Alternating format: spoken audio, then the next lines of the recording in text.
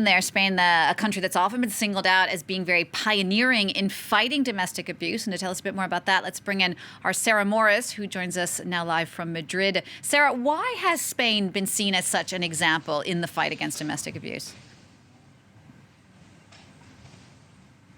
Well, mainly, Jeannie, it's because there's really a national consensus here in Spain that this should be a state priority. And this all goes back to 2004 when a special law was passed setting up specialist courts to deal with violence against women by partners and ex-partners. And essentially, the courts have 72 hours from the time a woman makes a complaint to make sure that that complaint is processed. And so if a woman needs extra protection from the police, she would receive it during that initial court process.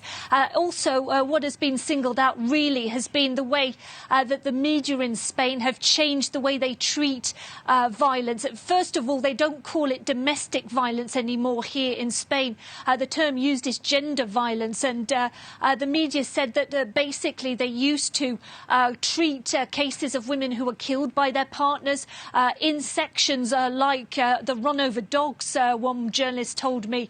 And basically they say that they want every single woman who's killed by her partner or ex-partner to be counted, and they certainly are counted. There have been official statistics.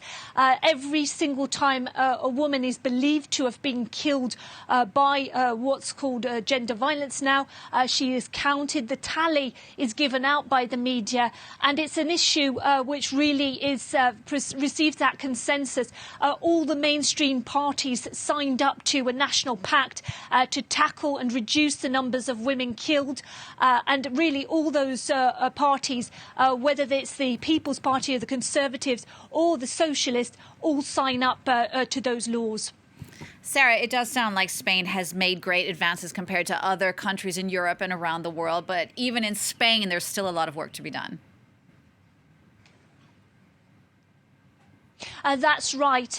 Those who work in the field say that nevertheless 55 women died at the hands of their partners and ex-partners last year, that also many children are left orphans as a result of the violence. And they say that Spain should really do more to tackle violence which goes on outside relationships, that other violence should be tackled. For instance, organisations flag up gender, vaginal mutilation. They flag up the fact that sometimes young people become the victims of violence by their classmate.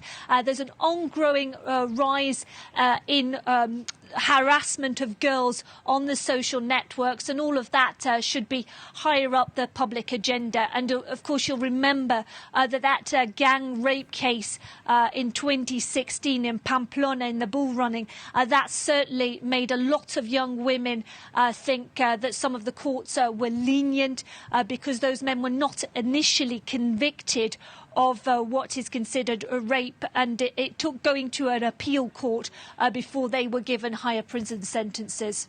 Sarah, thank you for that. France 24's Sarah Morris reporting for us from Madrid.